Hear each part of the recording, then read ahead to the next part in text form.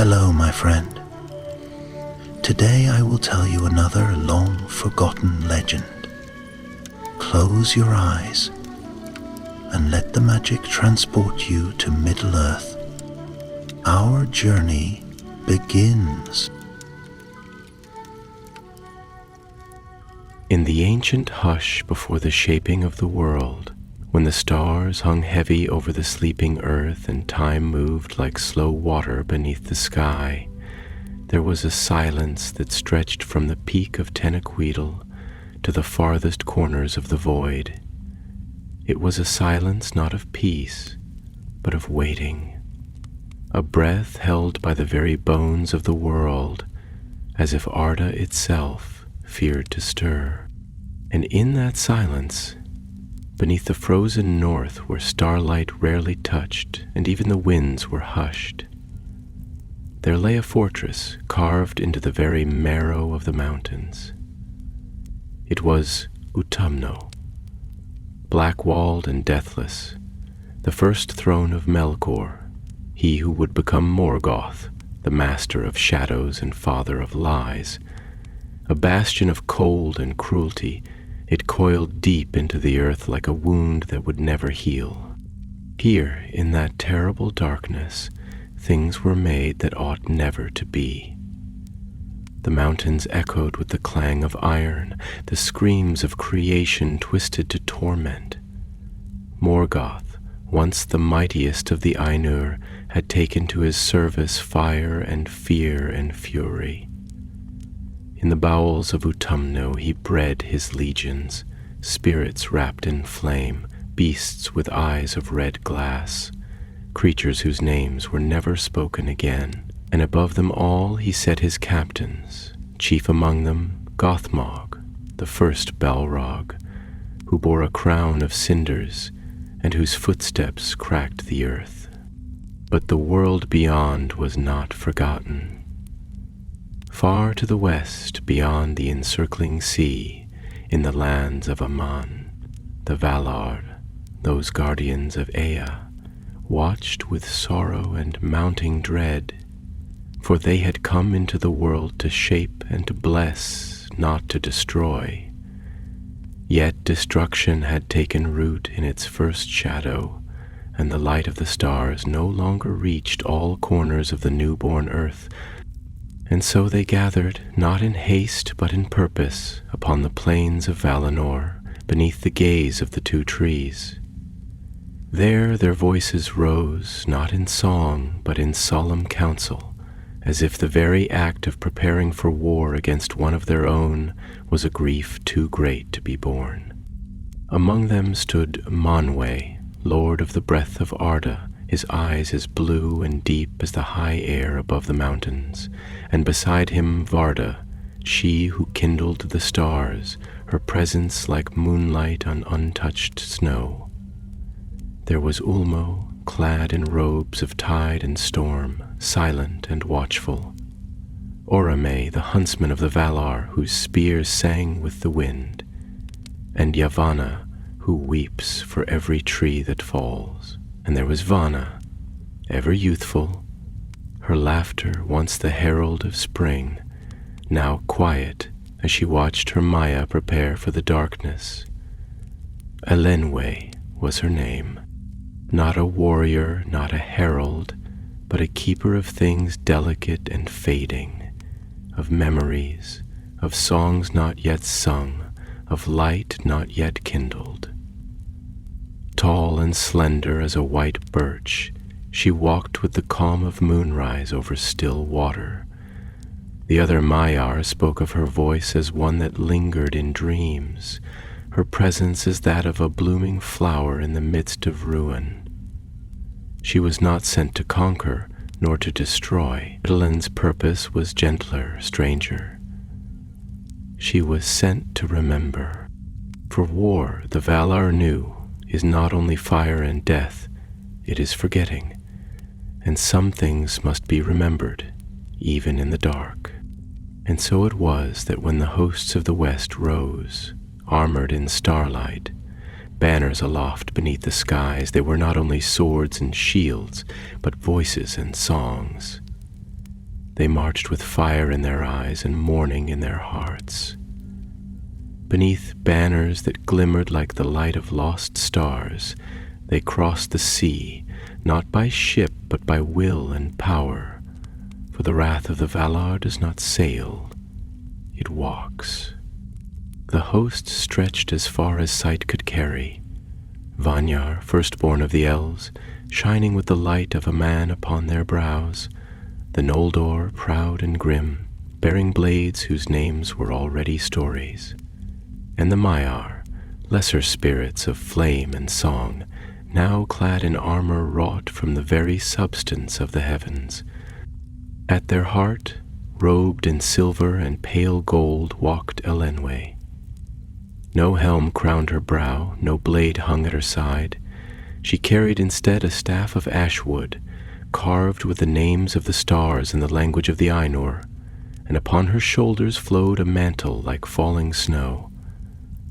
She did not sing as the others did. Her voice was kept silent, for it was meant not for war, but for remembrance.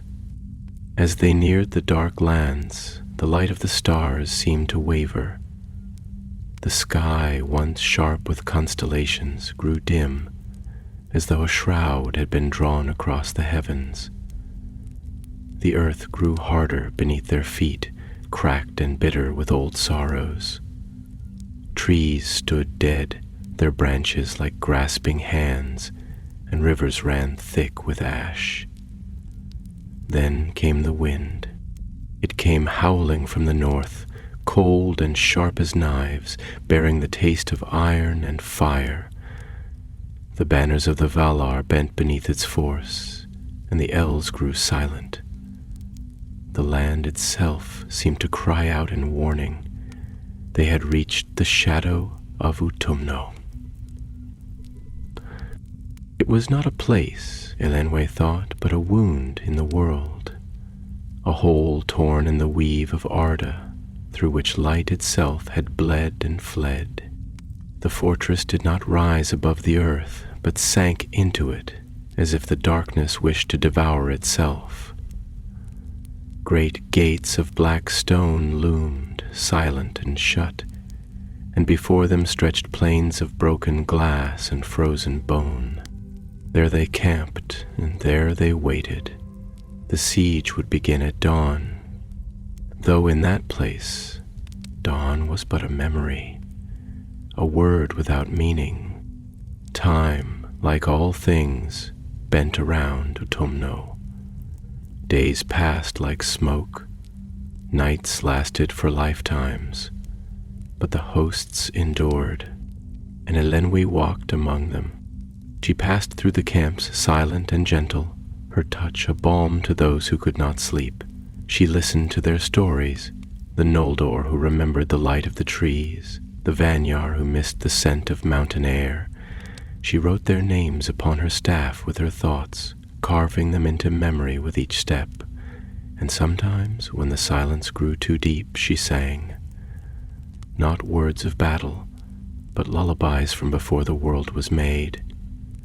Songs of starlight and the sea, and in the deep places of Utumno. Something stirred. Gothmog, the lord of Balrogs, stood in the shadowed halls beside his master's throne. His eyes, once golden and kind, now burned with red fire, and his form was wrapped in flame that hissed and wept like tortured air. He felt the presence of the Valar, as one might feel the approach of a storm. And deeper still, Morgoth waited, not idle, not afraid, but watchful. He had known they would come, though not so soon, not so strong, and in his pride he smiled, for the gates of Utumno had never been broken. And beneath the weight of the earth, the drums began to sound. Boom, boom, boom. The siege had not yet begun, but the world already trembled. And Elenwe, watching the stars fade one by one from the sky, whispered a single thought into the wind. Let there still be something left to remember. The camp stretched like a tapestry woven in starlight and shadow, its tents rising in quiet order across the frost-bitten plain that breathed with ancient grief. Fires flickered gently amid the dusk, their light pooling around silver helms and glinting blades, yet their warmth could not banish the chill that lived in the marrow of that place. Even the flames themselves, usually bold companions in the deep of night, seemed hesitant here, shivering with each gust of wind, sputtering as though reluctant to rise against the darkness that loomed just beyond the edge of sight. And the darkness, oh, how it watched. The land was not dead, but dreaming darkly, like some ancient beast that had sunk into troubled slumber, teeth bared beneath the snow. The air carried with it a strange weight, a pressure that made breathing an act of subtle defiance, as if even the wind itself had grown weary of drawing breath in a world where hope stood uncertain. Elenwi walked the paths between the fires like a wraith spun from silver mist, her pale mantle trailing behind her like a whisper of snowfall in a forgotten wood.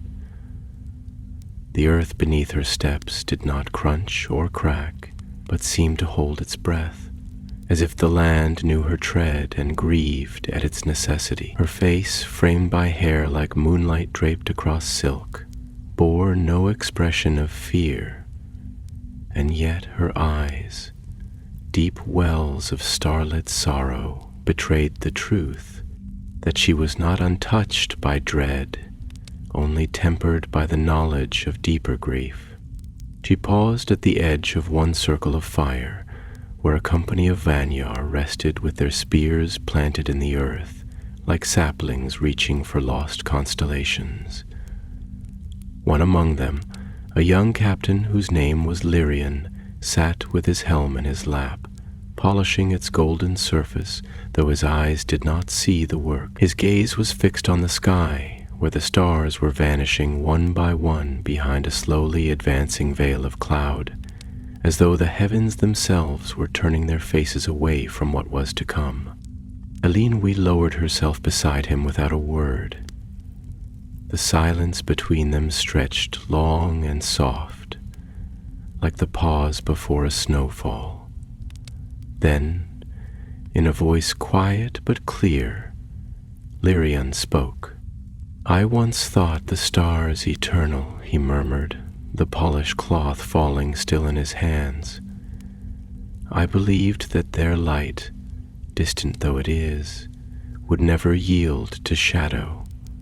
But now I see how even starlight can falter, how it can be consumed not by fire, but by silence." Elenwi tilted her head slightly, studying him not with pity, but with the gravity of one who had heard this truth spoken in many tongues across many ages. "The stars are not lost," she said, her voice like the hush of a temple at midnight. "They retreat, yes, but only so that we might learn the shape of darkness and understand more fully why we must hold the light." Lyrian's eyes flicked toward her, uncertain.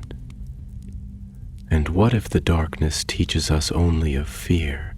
What if, in learning its shape, we become shaped by it in turn?"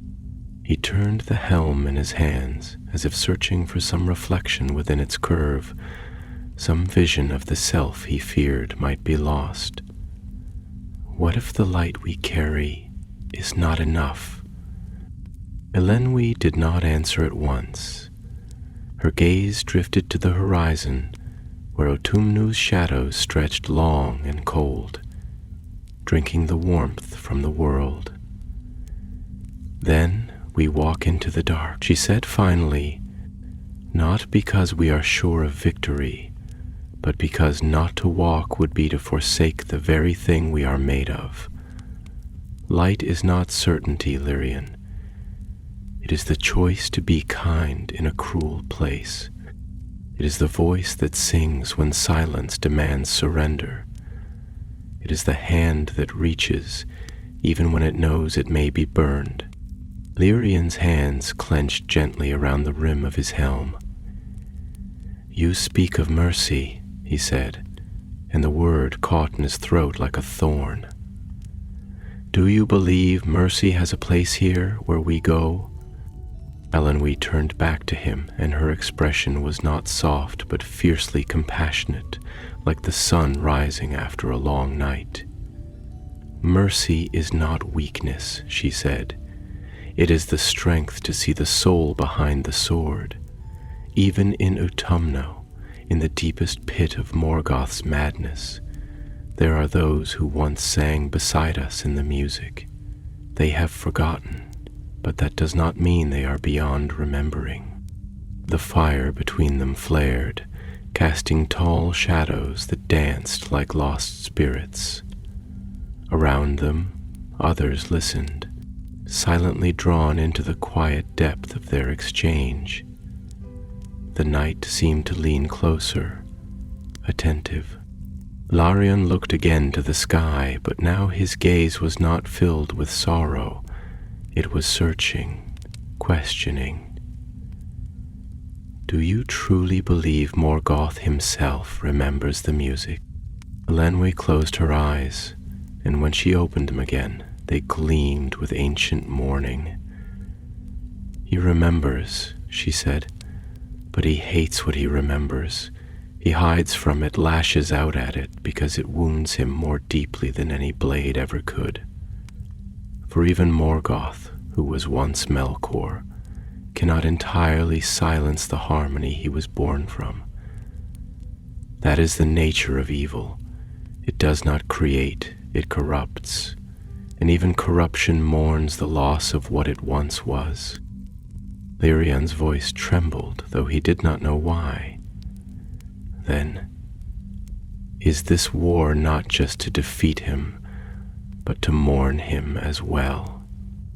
And Elenwe, gentle and unflinching, nodded. Across the camp, the wind stirred again, lifting the edges of tents and playing through the hair of sleeping warriors. The earth groaned faintly beneath them, a sound like breath caught in the throat of the world.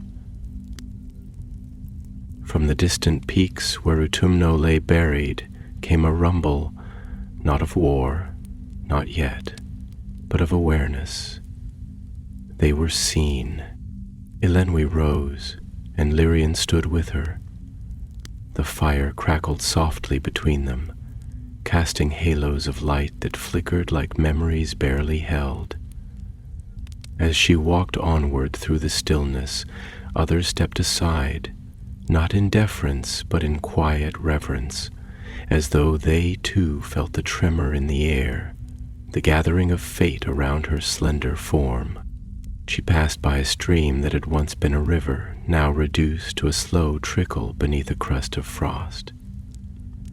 The ice cracked underfoot like old bones, and the water beneath murmured faintly, as though trying to speak but lacking the strength.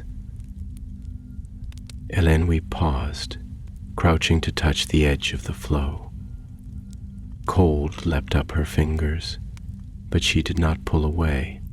"There is pain in the land," she whispered, though no one was near, "and pain does not fade when ignored. It coils inward, becomes poison. This land is sick with grief, and grief longs to be witnessed." She closed her eyes and placed her hand flat on the earth. The wind fell silent. The stars blinked out one by one. Then from the black sky above a single note sang out, clear, high, and unbearably mournful. A cry, not from any throat, but from the world itself. The others felt it, heard it, turned toward it with wide eyes and sudden stillness. and Elenwi, rising slowly to her feet, turned north. The gates of Utumno had begun to open. Not wide, not yet, but the stone trembled. A breath escaped the deep, and with it came a scent, ash, iron, and old, old sorrow. The siege would begin with mourning and with memory, but the end would belong to the stars, whether they burned in the sky or only in the hearts of those who dared to remember what it meant to be whole. Dawn did not come with light. In that forsaken plain beneath the looming spectre of Utumno, the turning of night into day was not marked by the lifting of shadow, but by the shift in the air, a subtle, uneasy trembling, like a sigh from something old and long buried, roused not from sleep, but from watchfulness. There was no sunrise here, only a paling of the sky, a dim silver hue that hung low over the horizon like a faded memory of morning, the ghost of a world where warmth once grew from the soil and the heavens smiled down with a generous hand. But here, in the northlands of the world's youth, the sky was no friend. It crouched overhead like a beast awaiting command, its great gray belly roiling with cloud and the scent of old stone and spent thunder. The land itself seemed unwilling to move. Hills remained hunched and frozen, as though they feared to draw attention to their quiet existence. The grasses, sparse and brittle as spun glass, did not sway but stood motionless, sharp against the windless air. Even the campfires of the host crackled without joy, their embers sinking low into their own ash, curling inwards like fists closed around fading warmth. The host of the Valar, arrayed in its strength, appeared not as an army ready to storm the gates of evil, but as a vast funeral procession, solemn, slow-breathing, burdened not by fear but by the gravity of what lay ahead. Each warrior, whether elf, Maya, or spirit of lesser kind, stood wrapped in thought deeper than speech, cloaked not only in armor but in silence. And in that stillness there was something sacred, the kind of sacredness that belongs not to temples or crowns, but to things like mourning and memory, to the ache of a world preparing to sacrifice its light, not in surrender, but in testament. Elenwi stood upon a low rise just beyond the nearest circle of tents, her cloak billowing not with wind, for there was none, but with the quiet motion of her own breath, a slow and steady rhythm that she had long since mastered. Around her, the land was draped in frost, every stone rimmed with a pale gleam that did not sparkle, but dulled, as though light itself had grown reluctant to take shape. Her eyes, luminous beneath a silver hood, swept the fields before Utumno's gates, and though her expression was calm, within her there stirred 1,000 small storms, memories and fears, hopes not extinguished but flickering like coals beneath ash. She could feel the fortress watching, not with eyes, but with presence, like a mouth just before it speaks, or a wound before it begins to ache. She was not alone long. A soft footfall behind her broke the silence, though it was not a sound so much as the suggestion of one, like a feather brushing silk. She did not turn, for she knew who approached. It was Eonar, Maya of Irma, clad in robes the color of deep moss and moonlit stone, his face lined with kindness and sorrow in equal measure. His voice, when it came, was slow and deep, like a stream moving through a cave where light dared not tread. "You do not sleep," he said, though it was not a question. Elenwe tilted her head but kept her eyes on the horizon. "The land does not sleep," she replied softly, "and the sky has forgotten how."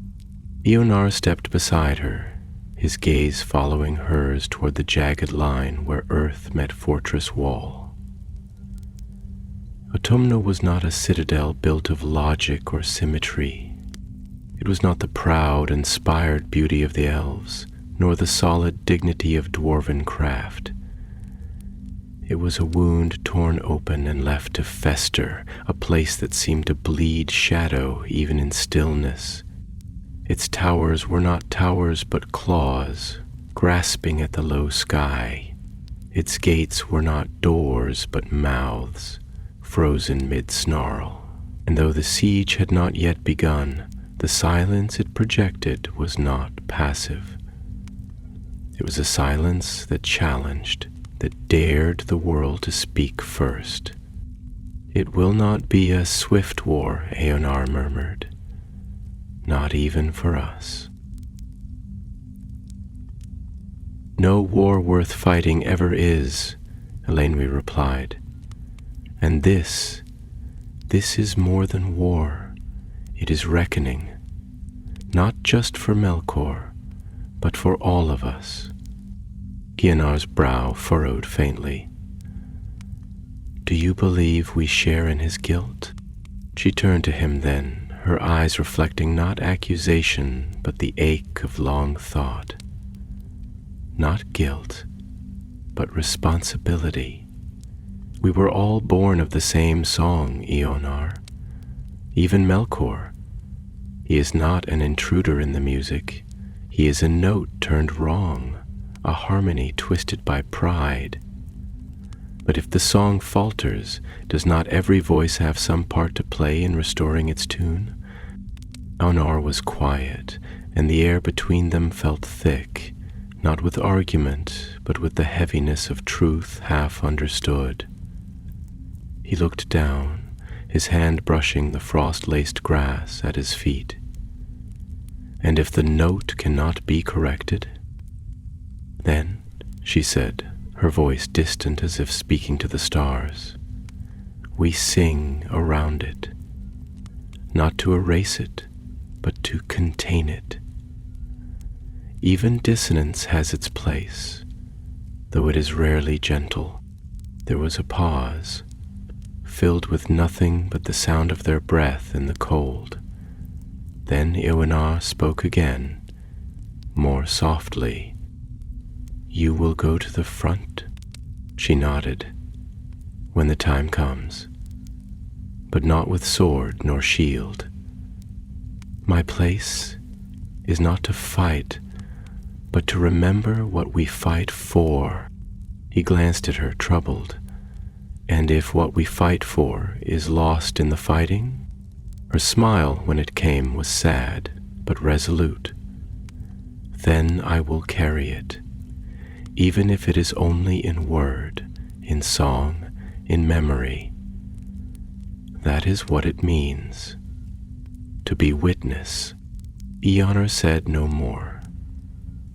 He bowed his head, not in deference, but in understanding, an acknowledgement that her burden, though less visible, was no lighter than his own.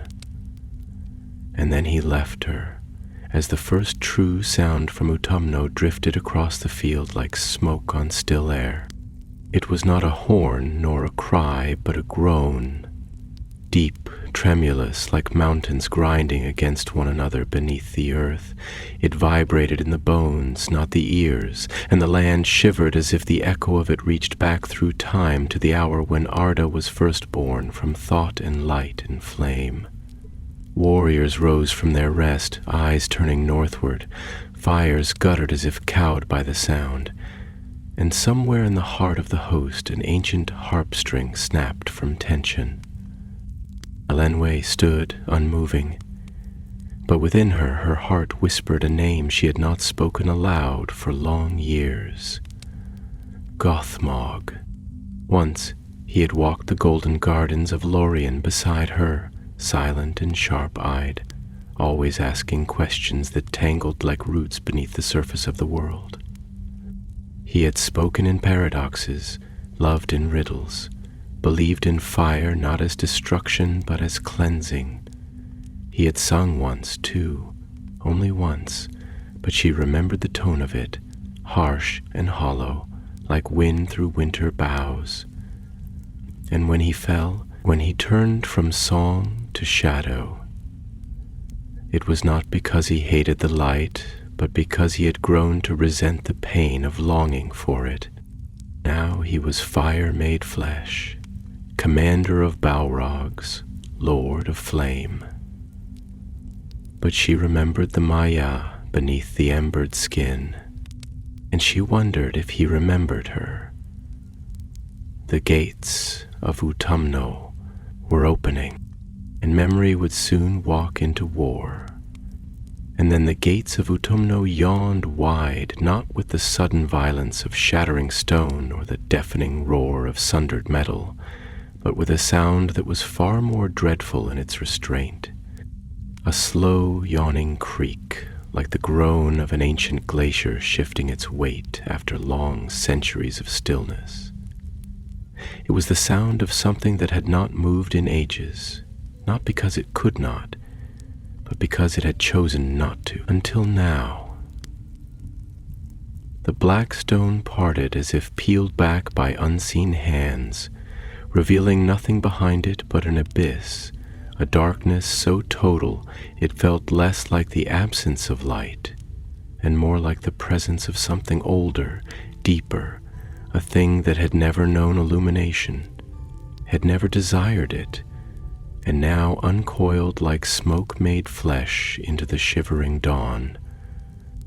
The light faltered, not visibly, not yet, but the very air seemed to recoil as shadows spilled outward, not rushing, but spreading in slow rivulets across the plains, tendrils that reached like half-remembered fears, creeping across the floor of a dream. The land responded with quiet dread. Frost patterns curled in unnatural spirals upon the rocks. The grasses blackened, as if burned from within, and the trees, what few skeletal remnants remained, shuddered without wind, their branches clacking together in a music of warning and despair. A scent rose with the darkness, subtle but unignorable, the smell of iron and cinders, of old oil, and deeper still, the scent of forgotten places, stale tombs and buried regret. Vanwi felt it enter her lungs and settle there, a taste like bitterness soaked in memory. She stood still, her breath shallow, not from fear of death, for death to her was not the end, but from an instinct older than breath itself, the kind that whispered of a deeper danger, the death of meaning, the erosion of the soul's memory. This was not simply evil, it was the manifestation of despair, of the absence of all song, all hope, all remembrance. A sound rose from the pit, not a war cry nor a scream, but a voice, low, sonorous, impossibly deep. It was not spoken in any tongue that belonged to the elves or the Valar, nor even in the black speech of later days. It was older, deeper, made not for ears but for the marrow, for the echoing caverns of the heart where fear nestles and breeds in silence. It said, "I see you, not with malice but with hunger." It said, "I remember you, not as a friend remembers, but as fire remembers kin." And then they emerged, those who had once walked among the Ainur in the days before the world took form, now wrapped in shadow and bound in flame. Balrogs, spirits of fire turned against their origin, stepped forth like a funeral procession led by hatred. Their bodies radiated heat not like the sun, but like furnaces buried in the earth, forgotten and angry at the forgetting. Their whips cracked in the air, not as weapons, but as extensions of their will, slicing through light and thought alike. And at their head came Gothmog. He did not stride like a king, nor march like a general. He drifted, his steps soundless on the blackened ground, his great mantle of fire trailing behind him like a comet's tail of ruin. His face was not hidden, but neither was it entirely revealed.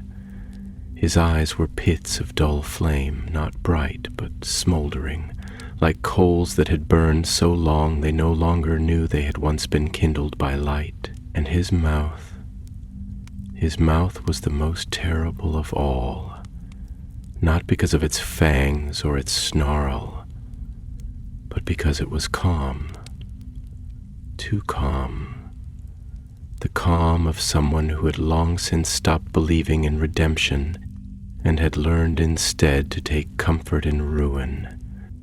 Elenwy stepped forward, not lashly, not with bravado, but with the deliberate grace of a falling leaf that has chosen its path, knowing it cannot alter the wind.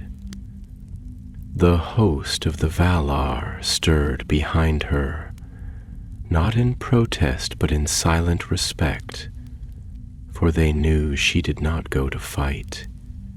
She went to speak. She stopped a dozen paces from the line of fire, where the air rippled with heat and memory. Her voice, when she spoke, was like a bell beneath the sea, soft, clear, and made to reach across impossible depths. "Gothmog," she said. No title, no accusation, just the name. He did not answer at first, though he turned toward her. The heat of his gaze did not burn, but it pressed like the weight of time, the burden of history, the ache of something that had once been music, now rendered to ash. "You wear that name," he said, and his voice was not cruel but tired, so tired it cracked like dry bark. "But do you understand it?" She did not flinch. "I remember it," she said. "I remember you, Mehron of flame, who danced once in the gardens of Lorien, when the winds first learned to carry scent." At that, something flickered in him, not emotion, not exactly, but a hesitation, a fracture in the armor of forgetfulness. He took one step forward and the ground blackened where his foot fell. His voice lowered, rougher, more intimate. "You remember too much, Elenwy. Memory is a chain, not a torch. It binds us to what we were, even when what we were cannot survive what we have become." She nodded slowly, her gaze never wavering. "Yes, but memory is also the root of meaning. It is what keeps the soul from drifting into shadow. Without memory, we are not free. We are lost." He laughed then, low and bitter, like water running through bones.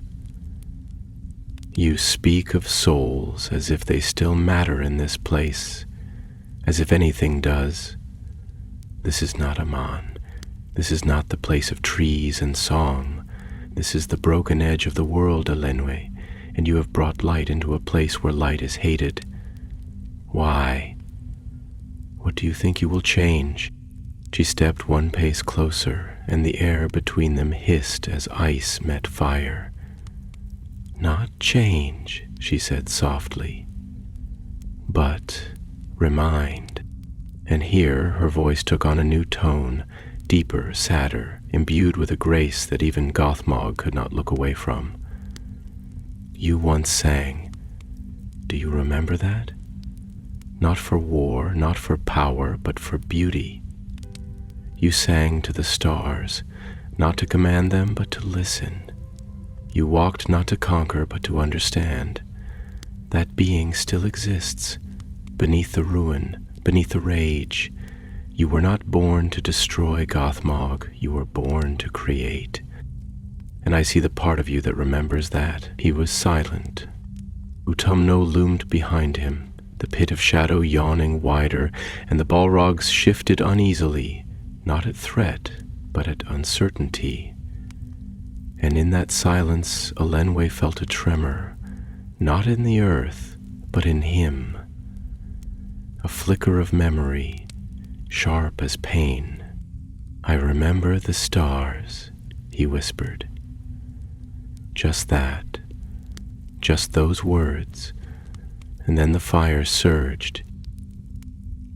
Not in rage, in refusal. The fire within him flared high, as if to drown that memory before it could rise again, before it could become a seed. His voice returned, louder, harsher. But memory is not forgiveness, and light cannot live here. Elenwe bowed her head. Then I will stay, even if I must burn, because someone must remember. And as the first volley of flame arched into the air from the fortress walls, as the host cried out and rose to arms, as war spilled into the dawn like blood into snow, she stood still. The last quiet place in a world coming undone, and she remembered. The battle did not erupt, it unfolded. Slowly, solemnly, like a dirge rendered in motion, not sudden or shrill, but heavy, deliberate, filled with the mournful cadence of inevitability. The first volleys of flame arced through the dim sky like meteors fallen from forgotten constellations, not so much aimed as loosed in grief. Each flare of crimson light bore with it the heat of anger, yes, but beneath that anger lingered a deeper, more mournful truth.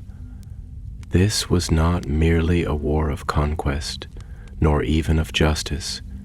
It was a war of memory, of broken kinship, of music lost to dissonance. The plains before Utumno cracked and steamed beneath the meeting of light and shadow. Ice hissed into vapor beneath feet that had not touched the world in ages, and the earth moaned as if the bones of forgotten mountains were stirring, awakened by the echoes of an old betrayal. The sky, pale and sickly, seemed to pulse with the clash, its heavy clouds thick with ash, not from fire alone, but from the breath of beings who had long since abandoned breath in any mortal sense. Elenwe stood still as the world tore itself open around her, her cloak catching the rising wind like the tattered remnant of a banner borne through ages of sorrow. Her eyes, silver, ancient, unwavering, did not close, though the air seethed with heat and ruin. She did not raise a hand to shield herself. To do so would have been to flinch not from fire but from truth, and she would not grant that victory, not even to grief itself.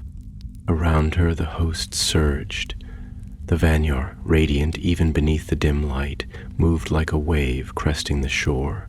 Silent and somber, their spears held not in wrath but in lament. The Noldor followed, iron bright and mournful, their blades carved with the runes of their ancestors, their faces pale with resolve.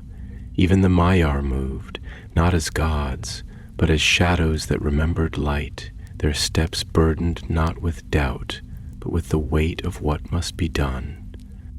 And yet Elenwe did not move with them. Her place was different. She did not bear a blade. She carried instead the memory of names, the lineage of songs, the burden of those who had once walked beside the fire and now stood opposite it. Her hand rested upon the staff carved with the stars, not as a weapon, but as a thread linking her to what had been, to what might yet be again. She turned, slowly, and there stood Lyrien once more. His armor was marked now with the soot of flame and the blood of kin, and his face bore the strain of decision, lines drawn not by age, but by the rapid passing of innocence. He had not spoken since the first clash, but now, seeing her still and untouched amid the chaos, something within him stirred and broke free, and his voice trembled as he stepped toward her. "Why do you remain here?" he asked, not with accusation, but with sorrow too vast to conceal. "Do you not see what is happening? The line falters, the enemy presses, even the stars, they flicker." She turned her gaze upon him, and for a long breath she said nothing. When she spoke, her words were low and slow, each syllable chosen as though it bore the weight of memory itself. "I remain," she said, "because in war there must be a place where peace is remembered, not as a thing to be reclaimed, but as a truth that still exists, even if only in the shadow of fire." Lirian frowned, shaking his head. "But peace is lost here. What good is remembering when the world itself forgets, when it is remade in violence and flame?" She stepped toward him, her voice like the first raindrop upon dry stone. "Because remembrance is resistance, not to the enemy, but to despair. Every war is fought not only for land or power, but for the meaning we give to the world. If we forget what we are fighting for, we become nothing but fire ourselves." He looked away then, toward the field, where the silhouettes of flame-wreathed foes loomed and danced with horror. The Balrogs moved not like beasts, but like thoughts made manifest. Thoughts of vengeance, of regret, of rage that had forgotten its source. And Gothmog still stood still, not yet joined to the slaughter, but watching her. "And if they do not remember?" Lirion asked at last, his voice softer now, touched with despair. "If there is no light in them to reach, what then?" Elenwe lowered her eyes. "Then I will be their witness. I will carry what they have lost, even if it is only grief, even if it is only ashes. Someone must." A silence fell then, deep and still, as though even the storm held its breath. And Lirian, despite the heat that scorched the air and the sound of steel against fire not far beyond, felt cold. He touched her shoulder, not to comfort, but to ground himself in something that had not yet burned. "You remind me," he said quietly, "of the trees." She smiled. It was not a bright smile, but it was whole. "I was born beneath their light," she whispered, "and I carry it still, even if only as memory. That is enough." Behind them a sudden tremor split the ground, and from it rose a tower of smoke shot through with flame. A host of spirits twisted through the air like wounded songbirds, fleeing, wailing, or simply ceasing to be. The war was not advancing, it was consuming. And still Elenwe did not move. She raised her staff and held it before her, not in defiance, but in declaration. The stars carved into it began to shimmer, softly, barely perceptibly, like echoes of a light too ancient to burn in the sky, but still present in the bones of the earth. And in the darkness beyond, Gothmog saw, and for the first time in many ages, he hesitated, he remembered. He did not want to, but memory once awakened is a stubborn flame. The battlefield, if it could be called such a thing, was no longer a place defined by space or direction. The land itself had begun to unravel beneath the weight of the conflict, as though the fabric of Arda strained to hold together its memory of form. North no longer felt distinct from east. Light no longer clearly separated itself from shadow. Flame and frost swirled in the same breath, the air thick with conflicting opposites. Warmth that burned, cold that seared, silence that screamed. The earth writhed beneath the tread of powers that were not born to war, but had descended to it out of terrible necessity. Valleys opened like mouths in the ground, not carved by geological time, but torn asunder by grief too vast for containment. Above, the sky hung like a bruise across the heavens, a thing swollen and deepening, soaked in the wounds of light long extinguished. Clouds pressed low like a shroud drawn taut over a dying body, and the stars, those distant memories of joy, had dimmed to pinpricks barely visible through the mist. There was no sun. There had not been a sun in this land since the first music was broken by Melkor's disharmony, and no dawn had ever dared to rise over the gates of Utumno. The only illumination came from fire, red and furious, licking skyward from Balrog whips, or from the silent halos that ring the blades of the Valar's host, halos that did not shine, but glowed like moonlight trapped in memory. And within this chaos, this folding and unfolding of time and matter, Elenwe walked as one might walk through a dream that has turned to nightmare, yet still retains its original fragrance. The scent of her memories was on the wind, unseen, yet unmistakably present. She did not run, she did not raise her voice, but where she passed, the very air seemed to pause. The darkness, even in its fury, did not engulf her. It bent around her presence, confused, as though remembering some ancient promise it had once made to never harm her. She moved like silence given form, like sorrow that had learned not to collapse beneath its own weight. And behind her, someone followed, not stealthily nor in secrecy, but with the tentative gait of one uncertain whether he was waking from a dream or stepping deeper into it. Gothmog, once known by another name, a name he had not dared let pass his lips for an age, drifted behind her, his great body wrapped in flame. Though it no longer roared with the same violence, it smoldered now, pulsing softly, as though the fire had forgotten its hatred for a moment, and remembered instead the warmth of hearths, of forges shaped by joy rather than dominance. He did not call to her, not yet, for the moment required more than speech. It demanded contemplation, that rarest of acts in a creature of fire and wrath. His eyes, coals deep and hollow, narrowed as he watched her pause by a fallen Vanya, whose pale hands still gripped a harp rather than a blade. She knelt, brushing soot from the elf's brow, and whispered something he could not hear, and the flame within him flickered. Then at last he spoke, though his voice was no more than a rustling of embers, a sigh caught in the ribs of a mountain. "Why do you not fear me?"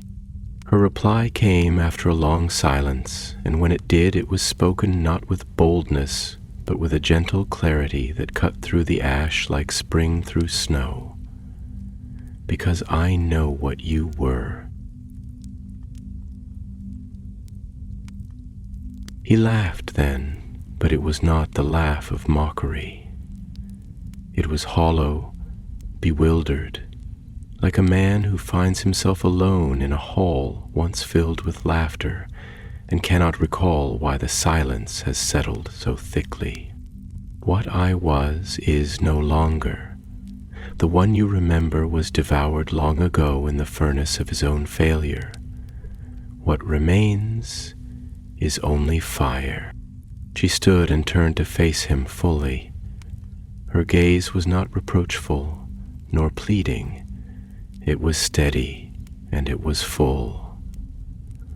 A mirror, not of his flames, but of the reflection he had long denied himself. Even fire, she said, remembers the warmth of its first spark. You have tried to burn that memory away, but you are still bound by it. That is why you follow me. Gothmog said nothing. The wind picked up around them then. Not a gale, but a breath, warm and low, scented not with the smoke of war, but with pine and the faintest trace of night-blooming flowers. It was as though, in this narrow corridor between destruction and silence, the world itself inhaled the moment, preserving it before the fire could consume it. I followed you once, he said at last, in the gardens of Irmo. You sang beside the pools, and I listened, not because the song was beautiful, though it was, but because I could not bear the thought of a world where such a voice could be ignored. Vlenwi's lips parted, and her reply came softly, like a dream remembered just before waking. I remember, she said. You stood at the edge of the glade, hands still black with soot from your forge, but your eyes were clear then. You did not yet believe that power must come from pain. He looked away, for her words struck something buried. He had not heard his own name spoken without venom in an age. He had not seen eyes look upon him without fear or hatred, and though part of him recoiled, instinctively, reflexively, another part long forgotten leaned toward that memory like a coal drawn toward oxygen. Why do you do this? He asked. You know I will not turn. You know the shadow behind me is greater than the flame around me. You speak of peace, but peace is lost, and mercy is weakness. No, she answered, taking one step closer, unflinching. Mercy is the strength to see the soul inside the wound. It is the quiet defiance of the one who will not allow despair to speak the final word. You call yourself lost, but you are here. You followed me not because you seek victory, but because you are tired of burning. He trembled, not visibly, not with limbs or fire, but in spirit, like a dam strained to the point of cracking beneath the weight of its own silence. I have done terrible things, he said, and it was the first time he had spoken the words aloud. Yes, she replied, and you will answer for them. But answering is not the same as vanishing. Remorse is not an erasure, it is the beginning of something new. Gothmog did not answer, but the fire around him dimmed further, and for the first time since the war had begun, a Balrog lowered its weapon. The plains before Utumno had transformed into a strange theater of stillness amidst chaos, a pocket of breath in the lungs of battle, as if the world, in witnessing the quiet exchange between flame and memory, had forgotten how to exhale the clash of swords, the deep toll of war drums echoing through the hills, the shuddering cries of spirits both fallen and triumphant. They all seemed to grow distant, hushed, blurred into the margins of this strange moment. The very air was holding something, an anticipation, a tremor not of fear but of recognition, like the silence that descends before the soft toll of a bell whose chime has not sounded in many ages. Around Elenwi and Gothmog, The landscape itself seemed to breathe differently. The frost that had clung to every stone, every brittle blade of grass, had begun to melt, not swiftly, but gently, as if in reverence, as if warmed not by sun or fire, but by the long-forgotten memory of morning dew. The ground, once cracked and blackened by centuries of sorrow, now lay open like a page in an ancient book, willing again to receive footprints that were not made in wrath. The sky, though still iron-hued and heavy with cloud, allowed a single shaft of thin silver light to break through. An anomaly, perhaps, or the whisper of something deeper.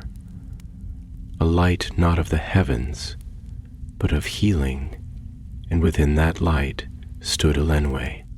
She was not radiant in the way the warriors of the West were, clad in armor etched with starlight. Her power did not roar, it resonated. Her presence was a quiet music, a song composed not in triumph, but in mourning, and yet it moved through the space around her like incense drifting through the rafters of a temple. She stood with her staff held not in defense, but as a conductor might hold a baton when calling forth the first note of a requiem. Her eyes remained locked with Gothmog's, and in their depths lived a tenderness that neither denied his deeds nor diminished his suffering. It simply was, like the sea, like time. Gothmog, though still draped in coils of heat and flickering shadow, though his body remained a pyre of old anger and fear, did not move. His weapon, an immense and jagged lash of molten flame, no longer crackled with urgency. It hung loose in his hand like an afterthought, a symbol of what he had once believed strength to be. Around him, the other Balrogs had slowed in their fury, sensing something beyond comprehension. They were not afraid, not yet, but they were confused, and that confusion was more dangerous to the shadow than fear had ever been. "Why do you persist?" he asked at last, his voice low, raw, like wind through a canyon scorched long ago by lightning. "Why speak to me as though I am not already fallen beyond healing, as though your words can reach a place in me that has long since burned away?" She did not answer immediately. Instead, she walked a step closer, and the earth did not recoil beneath her feet. The ground held her gently, like an old friend relearning the shape of her tread. When she spoke, it was with the grace of a prayer. "Because I do not believe anything sacred is ever truly lost," she said, "not to time, not even to fire." Her voice trembled slightly at the end, not from fear, but from the deep strain of hope. A kind of aching hope that had nothing to do with victory and everything to do with the belief that even ruin can remember beauty. She looked at him, not at the flames, not at the twisted ruin of his form, but at the being behind the heat, at the soul that still glimmered like a dying coal beneath a mountain of ash. "I have seen the things you have done," she continued, her words slower now, each one dipped in the weight of memory. "The cities burned, the towers shattered, the cries that rose like smoke over lands that once sang. I do not deny any of it. I do not pretend that the blood on your hands can be washed away by words. But neither do I forget that once, long ago, you crafted light from flame, not as a weapon but as an offering. I remember the forge you built in Valinor's dawn. I remember the way you shaped glass into vessels to catch starlight."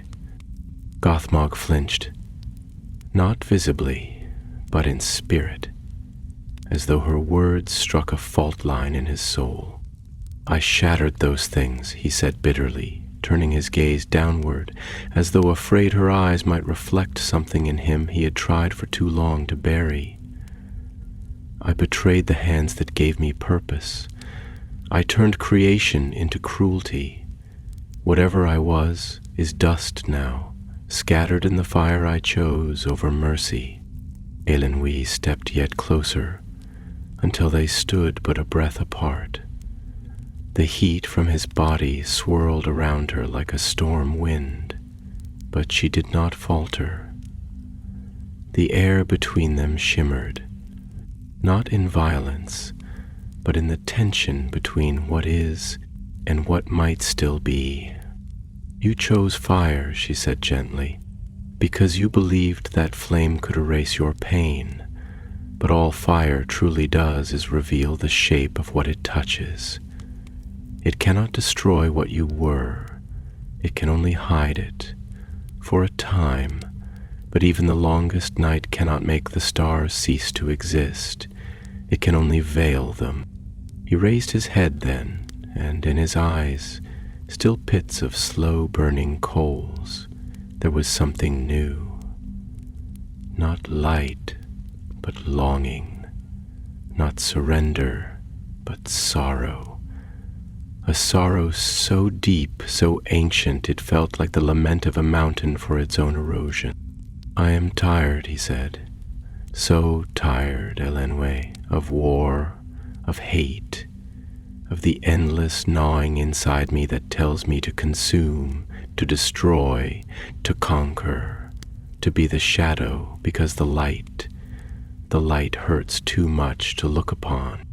She nodded, and a tear slid silently down her cheek, not out of pity, but in communion.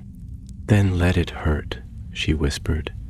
Let it burn, but do not turn from it. Let it cleanse instead of consume. Let the fire remember what it was made for. He lowered his lash, and for a moment, just one, his flames dimmed, not to extinction, but to something softer, something almost like the glow of a forge waiting to be rekindled by purpose, not rage. And then the wind changed. Far behind them, across the battlefield, where time had warped and form had shattered, a horn sounded. Not the trumpet of victory, nor the clarion call of vengeance. It was deeper, older, a note carved in sorrow, carried by those of the Valar who mourned what had become necessary. It was a summons, not to fight, but to choose. Gothmog looked to Elenwi one final time, and in that gaze was everything he had never said, every question he had never dared ask, every fragment of music he had once known before silence became his only song. I do not know if I can be more than what I have become, he said. And she answered softly, her voice like wind passing through a grove where no tree had grown for centuries. Then begin by being less. And in the shadow of Utumno, the first flame knelt. The act of kneeling was not one of defeat, nor even of surrender, but of release.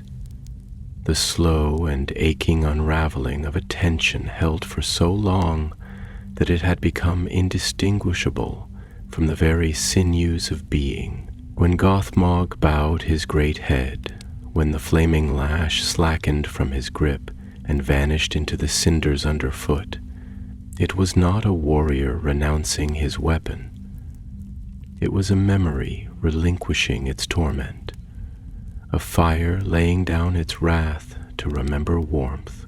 The motion did not echo across the field in sound. It moved like a tremor through the deep foundations of the earth, subtle but undeniable, the kind of shift that ancient trees feel before a change in season, or that stars mark in silence across millennia of watchfulness. and the land too responded. The ground beneath them softened, not visibly, not yet, but with a change in texture, a loosening of the stone's grip upon itself, as though the soil had remembered that it once knew growth. The ash-laden air thinned slightly, not enough to clear the sky or unveil the sun, but enough for breath to be taken without strain, without the weight of smoke that had for so long choked out even the memory of wind. The clouds above held, but their pressure eased, and from the horizon a thread of pale gold began to shimmer, faint, as delicate as the filament of a spider's web in the dark, but undeniably real. Then we watched him, and in her gaze there was no triumph. There was only quiet reverence, the kind one holds before the blooming of a rare and fragile flower at the end of a long, harsh winter.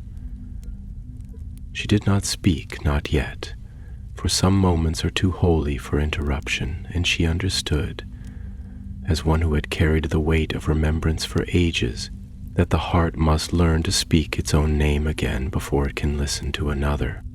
When Gothmog did rise, not to stand but to sit, folded into himself upon the soot-warmed ground, it was with the slowness of one awakening from an illness, blinking at the memory of clarity through the fog of long torment. His fire still glowed, but it was no longer an inferno. It flickered at the edges of him, a mantle of embers rather than a roar.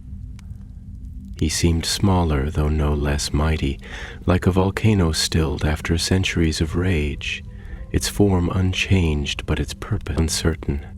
He looked not at her but at his own hands, which had long since ceased to resemble those of a Maya. They were claws now, thick and dark, wreathed in scorched veins of gold and flame. Yet in them he saw not power, but weight, not strength, but fatigue, and as he spoke, his voice was a rasp that echoed not through the air, but inward, like the last note of a hymn sung beneath ruined arches. "I do not know who I am," he said. "Not truly. I have worn the shape of wrath for so long that the silence beneath it feels foreign. I have become the echo of my own rage, repeated until the meaning of the first cry is lost. And now, sitting here, I am not certain there is anything beneath it." Only knelt beside him, not close enough to crowd him, but near enough that her presence could be felt as a constant and quiet flame, gentle in its warmth, steady in its rhythm. "That uncertainty," she said, her voice low and soft as twilight rain, "is the first breath of healing. You were never meant to be a shape. You were not born to burn, Gothmog. None of us were born to embody a single song forever. We were meant to change, to grieve, to return. What you feel now is not the absence of self. It is the rediscovery of silence." He turned toward her then, and in his eyes lived a question not yet formed. She saw it and answered before he could speak. "I do not mean silence as negation," she said.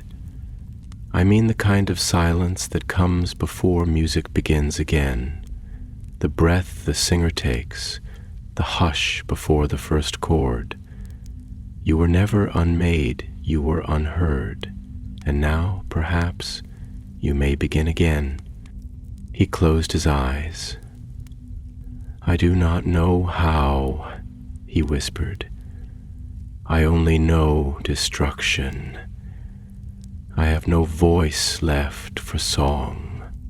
Elenwi's hand reached out, and for the first time she touched him, not in command nor to guide, but as one's soul reaches across the chasm to another. Her fingers brushed the edge of his flame, and it did not sear her. It bowed beneath her skin, sighing like smoke that remembered sky. "Then speak," she said, "not in song, not yet, but speak as you are. Tell me what the silence feels like." And he did.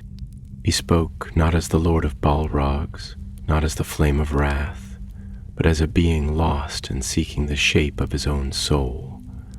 He told her of the first time he felt the sting of envy, the moment he looked upon the light of the trees and felt, not wonder, but a hunger to possess what he could not create. He spoke of Melkor's voice in the dark, offering not truth but certainty, and how certainty for those who fear their own doubt can feel like love. He spoke of battles fought not in glory, but in exhaustion, of being surrounded always by the roar of others' commands and never once by the quiet of his own thoughts.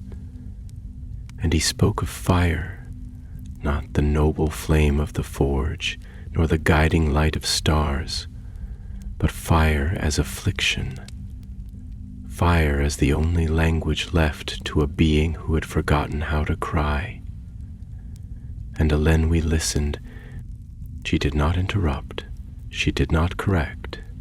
She let him unravel his story as a weaver might unpick a tapestry, not to discard it, but to find the thread that had begun it all. And when he fell silent, not in shame, but in the completion of something sacred, she reached into the satchel at her side and withdrew a small, round stone.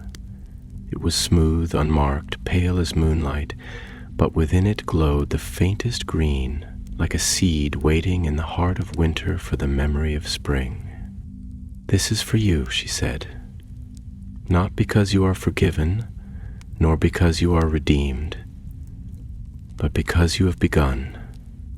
He took it with both hands, and something in the land sighed, a deeper tremor this time, not of fear, not of collapse, but of release. Across the fields, some of the Balrogs hesitated, others vanished. The fire in their eyes wavered, and far within Utumno, in chambers where light had never dared to tread, the darkness stirred, not in fury, but in caution, for the shadow now knew one of its fires had begun to remember light. And memory, as always, was the first act of rebellion. And so the final act of the siege of Utumno did not begin with a charge, nor with the clash of steel against stone, nor with the battle cries of celestial hosts shaking the firmament. It began instead with a stillness, a pause so deep and wide that it seemed to stretch the world across the span of a breath, a sacred silence drawn like a veil across the battlefield, as if Arda herself had closed her eyes. It was a silence shaped by many things: the hush of recognition between old enemies, the intake of breath before a word long held is finally spoken, the kind of silence that comes when time slows and meaning, not motion, becomes the only thing that matters. Far above, the sky had begun to bleed, not in crimson or fire, but in soft shades of blue and violet, touched faintly with gold. The clouds that had for so long hung low like a shroud began to stir, their edges unraveling like threads released from a loom. There was no sun, but a diffuse light, gentle and uncertain, slipped through the veil, gilding the tips of ruined stone and scorched banners, casting shadows that no longer reached so far or fell so heavily. It was the kind of light one sees in the hours before dawn, not yet triumphant, but persistent, like a promise whispered by the world to itself, that not all darkness is endless, and not all endings are ruin. Elenwe stood at the edge of the caldera, a vast circle of scorched ground where fire had once ruled, where fury had walked in the shape of a being too immense for pity. Now that space was quiet. The ashes had settled, the wind no longer screamed, and in the very center sat Gothmog. No longer the flame of wrath, but something smaller, more wounded, more real. Around him lay the remnants of what had been. A burned-out standard bearing the ancient sigil of fire unchained, a half-melted helm once worn by a creature who believed invincibility and isolation were the same thing, and now, beside them, the pale stone Elenwi had given him, glowing softly in his palm like the last memory of a gentler world. She descended toward him slowly, each footfall pressing into the ash with the care of one who walks not on ground but on memory. The wind carried with it a new scent, faint traces of turned soil, of clean water not yet spilled, of leaves that had not grown but might someday. Even the bones of the earth beneath her feet, long deadened by corruption, felt different, less brittle, more listening, as though waiting again to feel the weight of roots. As she reached him, Gothmog did not look up immediately. His gaze remained fixed on the stone, and when he finally spoke, it was with a voice no longer carved from flame, but from something gentler, weathered wood perhaps, or wind-mouthed stone. His words were slow, not because he struggled to find them, but because he had learned the gravity of speech when it is not wielded as weapon, but as offering. "This place," he said, not lifting his eyes, "was made to last forever." Utumno was shaped not as a fortress, but as a wound, a scar on the world that could never heal, because it was built on the belief that what is broken must remain so, that pain must be preserved to remain powerful. I see that now, and I see that I am part of that belief. I have been its voice, its shape. Elenwi knelt beside him, her hands resting quietly in her lap, her eyes on the light breaking through the sky rather than on his face. She did not interrupt. His voice was the one that needed space now, for what he said was not confession, but metamorphosis. "I thought," he continued, "that to become more than what I feared, I had to shed everything that made me feel, that pain was a weakness, that longing was a crack in my armor. I thought if I burned away the gentler parts of myself, I would become whole. But fire does not make one whole, it only consumes, and when it consumes everything, there is nothing left to stand upon." He paused, and a slow breath moved through him, not a sigh of weariness, but one of recognition. "I do not want to consume any more," he said. "I want to remember. I want to build again, not in defiance of what I was, but in honor of what I once hoped to be." Elenwi turned her gaze to him, and for the first time since he had stepped from the gates of Utumno, she smiled fully, not the soft, sorrowed smile of compassion, but one touched with joy, quiet and restrained, but real. "You are not alone in that hope," she said, "and the earth remembers the ones who choose to heal it." At that, Gothmog finally stood. His towering form, though still marked by the remnants of fire, no longer radiated fear. He was not small, he would never be small, but he had ceased to be monstrous.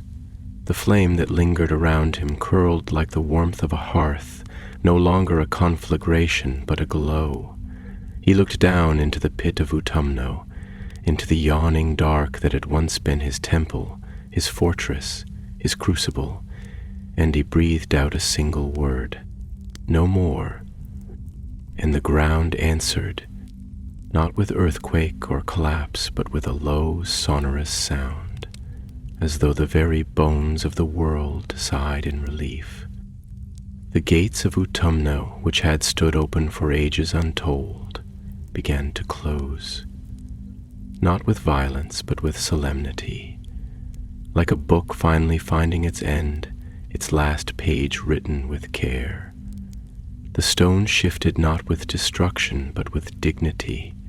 The darkness within did not scream, it simply receded, folding into itself like smoke drawn back into a vessel, sealed not by force, but by forgiveness.